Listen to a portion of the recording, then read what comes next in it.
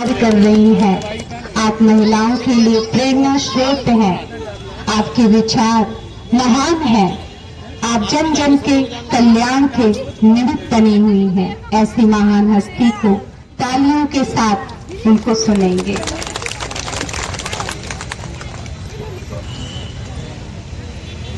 परमपिता परमात्मा की कृपा से आज हम यहाँ उपस्थित हैं सभी, और आप सभी को शिवरात्रि महोत्सव की बहुत सारी शुभकामनाएं।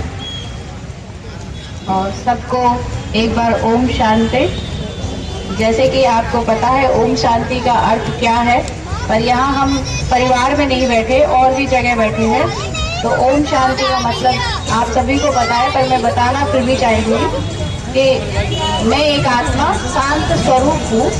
इसको बार बार उच्चारण करके हम यही बताना चाहते हैं कि मैं एक आत्मा हूँ जो इस शरीर में विराजमान हूँ, और उस विराजमान शरीर की आत्मा के द्वारा आपको प्रणाम कर रही हूँ।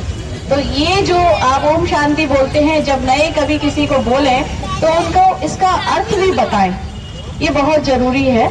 इसलिए मैंने इसका अर्थ बताया। जैसे बाबा ने कहा, सबसे पहले अपने को क्या समझो, आत्मा समझो, और सामने वाला भी क्या है, आत्मा है ही है, शरीर में है। तो हमें आत्मा समझ के ही आत्मा को याद करना है, और उसी को याद करते हुए सामने वाले को भी अच्छा सोचना है, उसके बारे में भी अच्छे विचार हमको रखना है। यही सब उसमें बताया गया है।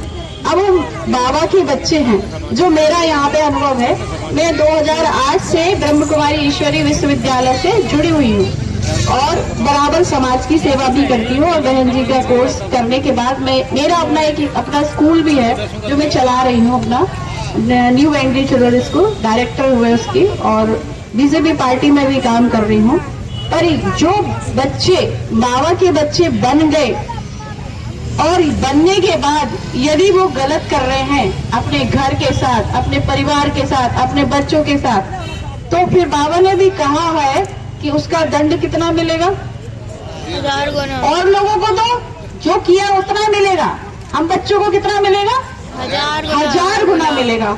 तो हमें इस बात का हमेशा ध्यान रखना है। इस बात को ध्यान रख के अपने घर परिवार, जैसे हम सभी अभी घर परिवारों से जुड़े हुए हैं, तो कई भाई बहनों का यहाँ पे मतभेद रहता है कि यहाँ पे आके हमको भाई बहन बना देते हैं। तो हम यहाँ उनको ये समझाएं कि हम आत्मिक रूप से भाई बहन हैं, शारीरिक रूप से तो भाई बहन नहीं है ना। जो पति पत्नी है वो पति पत्नी है कि नहीं है ना, तो फिर वो उनको समझाना है। पर हम जब हम बाबा के योग में, जैसे कि योगा करते हैं, तो हम क्या रहते हैं, निरोग रहते हैं ना कि नहीं रहते।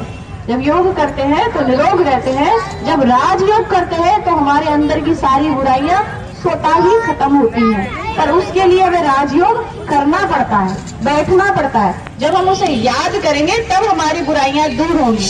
कई बाबा के बच्चे जुड़ भी जाते हैं, अब याद ही नहीं कर रहे, तो फिर क्या उनके साथ वो चीजें हटेंगी?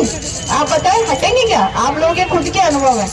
मैं इतने टाइम से यहाँ पे जुड़ के मैंने कई चीजें अपनी छोड़ दी।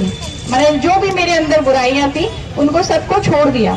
तो ये सब स्वतः कैसे हुआ? जब हम राजयोग कर रहे हैं, स्वतः कर रहे हैं। ये सारी चीजें आप लोगों को, जैसे कहते हैं ना, दीदियां तो आज बैठी है मंच पे यहाँ सुना रही हैं और आपको बता रही है, पर आप तो घर घर जा रहे हैं, पास पड़ोस में रहते हैं।